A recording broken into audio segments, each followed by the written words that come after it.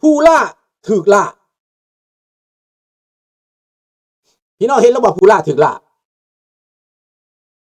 สบายดีรอนนี่ผู้ล่าถูกล่าในตอนนี้รัสเซียถูกล่าไล่ล่าตามในเมืองเบนกรอดบอกและก็เข้าไปถึงพุ่น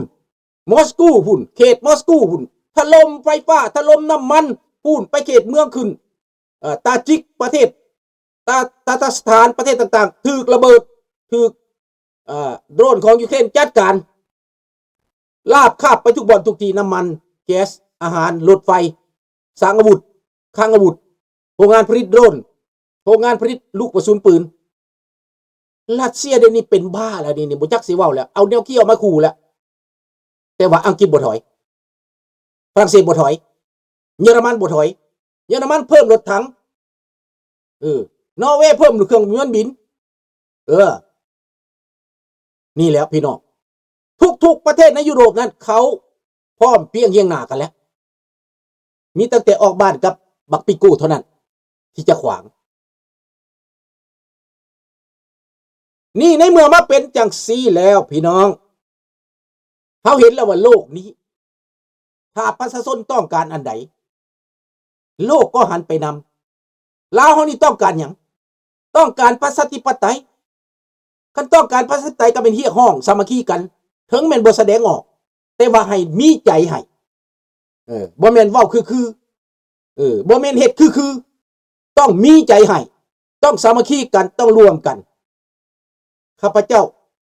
ได้รับข่าวดีเรื่อยๆพี่น้องได้รับข่าวดีมาเรื่อยๆตอนนี้นะพี่น้องลาวจงมีกำลังใจเด้อว่าเผด็จการลาวแดงนี้ไปบ่รอดแล้วที่สิออกเยี่ยวสิออกแล้วในตอนนี้นะนอนบ่หลับแล้วนอนบ่หลับนายทองรุ่นนี่คิดหนักคิดหนักนายสอนไส้คิดหนักในตอนนี้นะว่าสิไปจังไดกับอเมริกานี่เวียดนามนี่ไปอเมริกาแล้วแต่ลาวนี่ได้ด่าอเมริกาได้ปรปักษ์กับอเมริกาซะบ่นำยังมาเคลื่อนไหวในอเมริกานี้ก่อนที่ไปฮอดสงครามอิหร่านข้าพเจ้าจะเว้าเรื่องน้อยก่อนเมื่อวานนี้ข้าพเจ้าได้คอนแทคกับคนที่ไปหับญาฐานบุญมีกลับคืนมาในวัดวอชิงตันฟังเอาเด้อข่าวศาสนาในเมื่อก่อนพิษกันแทบล่มแทบตายตอนมหาจันดายังอยู่เกิดศึกผ้าเหลืองเกิดศึกสงครามระหว่างผ้าเหลืองกับโยมกับญาติโยมออกตนญาติโยมแตกสะนะโมแบ่งพรรคแบ่งฝ่ายมหาจันดาโลภมากโลภาเคลื่อนไหวเอาเงินออกจากธนาคาร600,000 ดอลลาร์แล้วก็เก็บเงินไปแผ่ทั่วโลกมาหลายล้านเอาไปสร้างวัดอยู่อินเดียเพื่อตัวเองจะได้นิพพานขึ้นสวรรค์ตอนนี้มันผู้ใดเห็นมหาจันดาอยู่สวรรค์บอกมีไผแน่เห็นพระคอมมิวนิสต์องค์นี้อยู่สวรรค์จักว่ากาศพเล็กศพทองซับหัวอยู่บ่แล้วก็จะบ่จักอีกเห็นอยู่ไสไผเห็นถามเนี่ยผู้ใดเห็นมหาจันดาขึ้นสวรรค์บ่ในตอนนี้น้องชายมหาจันดาก็จะถูกไล่ออกจากวัดหรือบ่เพราะว่าประชาชนกรรมการใหม่อยู่ในวัดนั้นหลังจากนั้นข้าพเจ้าได้ข่าวว่านี่ว่ามีการเลือกตั้งเพราะว่าวัดบ่ไปคณะที่ยึดวัดนั้นประชาชนบ่มาวัดเงินบ่มีเดี๋ยวนี้วัดติดหนี้470,000 ดอลลาร์วัดวอชิงตันติดหนี้470,000 ดอลลาร์ไปบ่รอดจึงได้ไปนำเอาญาติฐานบุญมีกลับคืนมาเพื่อจะมาหวังให้ญาติฐานบุญมีนี่มากู้วิกฤตเพราะญาติฐานบุญมียังมีบารมีกับออกตนญาติโยมอยู่ว่าซั่นข้าพเจ้าล้มกับผู้เชี่ยวชาญและผู้ใกล้ชิดผู้ใกล้ชิดผู้ไปรับญาติฐานบุญมีมานั่นแหละไปรับต้อนอยู่เดินยนต์กับครูบาบางองค์พระบางองค์กับไม่ออกไม่ตุนบางคนไม่ขาวบางคนไปรับญาติฐานบุญมีมาเดี๋ยวนี้มื้อนี้จะเฮ็ดบุญอยู่วัดวอชิงตันมื้อนี้พี่น้องก็ไปทำบุญเด้อวัดวอชิงตันเด้อให้ไปทำบุญเด้อไปเบิ่งไปสังเกตกลับคืนไปสามัคคีกันเด้อพี่น้องเด้อผ่านมานั่นเขาตอกหลีมใส่ให้แตกพวกจองหองนี่มันอยากให้เฮาแตกมันสร้างวัดสร้างวาสร้างครูบาอาจารย์แล้วมันก็สร้างเรื่องขึ้นมา แต่เฮานี่อย่าแตกอย่าแหงอย่าเป็นขี้ปากขี้ซบของเขาให้ยืนอยู่ในหลักให้อยู่ในหลักครูบาก็อยู่ในหลักโยมก็อยู่ในหลักการกฎหมายกรรมการก็อยู่ในการกฎหมายแต่ว่าวัดวอชิงตันนั้นแต่ก่อนที่ว่าได้พิษกันนะหนีเบิดแล้วบ่มีหนีเอาเงินออกมาแล้วยังสร้างหนีอีกเพราะว่าบ่มีเงินใส่เขาเอาเงินไปเบิดแล้วออกตนญาติโยมที่ไปค้ำไปจูนตั้งแต่พิษกันมานั้นก็บ่ไหวแล้วขั้นบ่ไหวแล้วไปเฮ็ดให้วัดแตกแล้วแตกไปคนละพักละฝ่ายพวกไปฟ้องไปร้องพวกไปดิ้นไปดองพวกไปแห่ไปแหนก็ไปบ่รอดละขั้นไปบ่รอดก็ต้องไปนำเอาญาติบุญมีกลับมาวัดทั่วโลกเนี่ยมันจะเป็นแบบนี้แหละค่ายเดียวกันกรรมการนี่จะพิษกันตลอดเพราะว่ามันมีการเมืองแทรกแซงพี่น้องมีการเมืองแทรกแซงข้าพเจ้ายกตัวอย่างให้เพราะว่าประสบการณ์มาจากข้าพเจ้าเองมีประสบการณ์เด้อพี่น้องเด้อตัวละครของเขานี่เขาทำท่าพิษกันจื้อเอาไว้เด้อพี่น้องเด้อเขาพิษกันบ่ได้พอดนอย่างเก่งก็3-4 เดือน5 เดือนสุดท้ายมาเขากลับคืนมาหากันเขาจูบปากกันจอดเขาจูบปากกันจอดพี่น้องก่อนที่ไปหาอิสราเอลก่อนจะไปหาอิหร่านนั้นข้าพเจ้าจะว่าให้พี่น้องฟังก่อนเรื่องตัวเองก่อนเนาะเรื่องลาวเฮาก่อน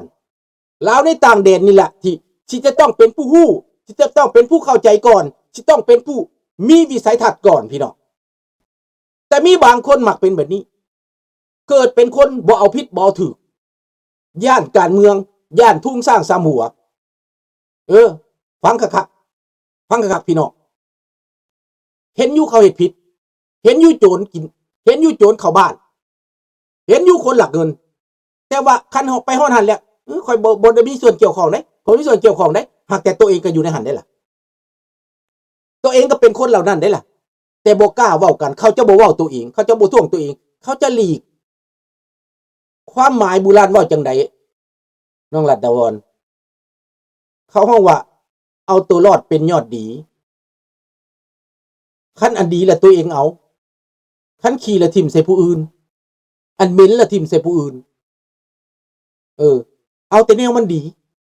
เลือกเอาแต่แนวมันดีแต่ว่าเรื่องมันบ่ดีเพิ่นก็มีส่วนเฮ็ดได้แต่ฮอดว่ามันสิล่มเพิ่นโดดออกเจ้าอยู่ในเรือลำเดียวกันแต่ว่าคันเรือสิล่มโดดออกคันมันฮอดฝั่งแล้วนี่แปลว่าเพิ่นต้องฮอดก่อนคันมันดีเป็นว่าเพิ่นได้หน้าคันมันเสียเป็นหมู่ต้องเสียแต่เพิ่นบ่เสียฟังคักๆเด้อพี่น้องเด้ออันนี้คือคนลาวเป็นพฤติกรรมอันที่น่าหงึดของคนลาวดังนั้นในวัดวอชิงตันข้าพเจ้ามารายงานพวกท่านทราบว่าตอนนี้เป็นหนี้อยู่$470,000ทั้งที่หนี้ใช้เบิดแล้วเฒ่าแก่คนนั้นบอกข้าพเจ้าว่าใช้เบิดแล้วหนี้แต่เป็นหยังเป็นหนี้แล้วก็บอกอีกว่าญาติบุญมีแต่ก่อนเพิ่นบ่อยากกลับมาเพิ่นไปไทยแล้วมันเกิดโควิดตั้งแต่โควิดแล้วก็บ่มาเลยแล้วตอนบ่เป็นโควิดเศร้าแล้วเพิ่นก็บ่อยากมาเพราะว่าเพิ่นย้านถูกจับเป็นหยังจังย้านถูกจับเพราะว่าเพิ่นเป็นคนเซ็นเอาเงินออก600,000นั่นนะเพิ่นเป็นคนเซ็นแล้วว่าเพิ่นบ่ได้ฮู้เงินน่ะมันไปไสแต่เพิ่นเป็นหยังจังเซ็นว่าเอาเงินไปเฮ็ดหยัง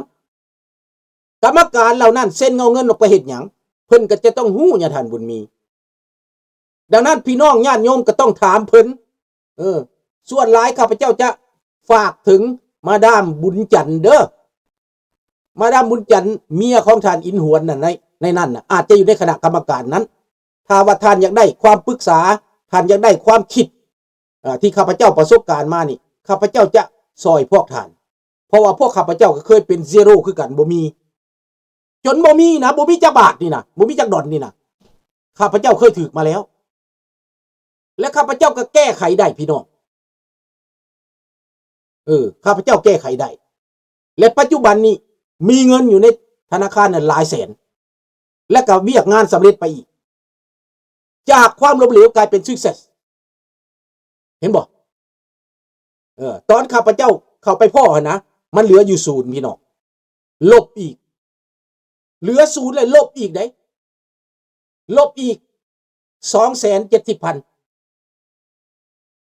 เป็นหนี้ได้แต่ฟื้นจากการเป็นหนี้กลับกลายเป็นมีจากเดฟิซิตกลายมาเป็นกำไรกลายเป็นยอดกลายเป็นนั่นน่ะได้ดุลเรื่องงบประมาณเห็นบ่ล่ะนี้ข้าพเจ้าอยากฝากไปถึงมาดามบุญจันทร์และท่านอินหวนที่อยู่ในกรรมการวัดข้าพเจ้าฮู้จักกับเพิ่นอยู่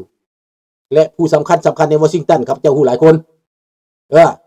นั้นข้าพเจ้าเว้าความจริงให้ฟังเลยนี่ดังนั้นในตอนนี้เขาอยากไล่น้องชายจันทพรหนีจากวัดเป็นหยังเขาจังอยากไล่หนีว่านามสกุลมันคือกันมันเป็นนิสัยแบบเดียวกันว่าซานก็เป็นตะขึดเนาะพี่น้องข้าพเจ้าบ่ได้เป็นส่วนใดแต่ว่าข้าพเจ้ารู้จักว่าการเคลื่อนไหวนี้ข้าพเจ้าถามไปอีกว่าอย่าลุงอัญญคู่อันนี้นะมีการเคลื่อนไหวบอกกับ Walk for Peace บ่มีนะเพิ่นว่าข้าพเจ้าบอกว่าข้าพเจ้ามีหลักฐานเบิดหลักฐานในการพัวพันหลักฐานในการเกี่ยวข้องกับครูบาองค์เดือกนะครูบาเวียดนะข้าพเจ้ามีหมดเขาอยู่ในขบวนการนี้พี่น้องขบวนการจะไปสร้างศูนย์กลางต้มตุ๋นแห่งใหม่ขบวนการจะไปสร้างเรื่องปั่นหัวพวกอเมริกาที่หัวอ่อนปั่นหัวพวกอพยพที่มักเทวดามักศาสนาที่บ่ได้พิจารณาเขาปั่นอาศัยพระลาวอาศัยพระไทยมีส่วนร่วมแล้วก็จะแบ่งเงินไปกิน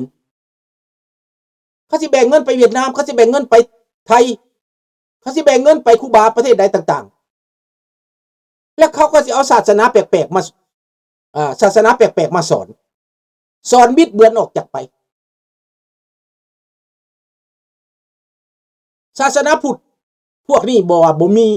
มีเทวดาบ่มีพระเจ้าบ่มีคำสอนพวกนี้บ่มีว่าซั่นแต่ในวัดเฮาเพิ่นว่ามีเทวดามีพญาอินทร์พญาพรหม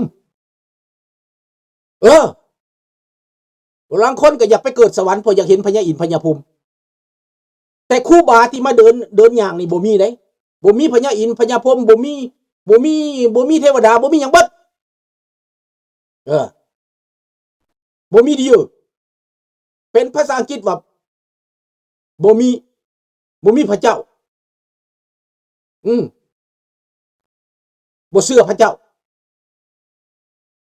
นี่อันนี้แหละฟังเอาเด้อพวกศาสนาต้องแยกให้มันได้เห็นผ้าเหลืองแล้วโดดใส่โลดหั่นน่ะจักหน่อยค่อยสิเอาผ้าเหลืองมามีหมาบ่พวกเฮาผู้ใดมีหมาตัวมันงามๆแน่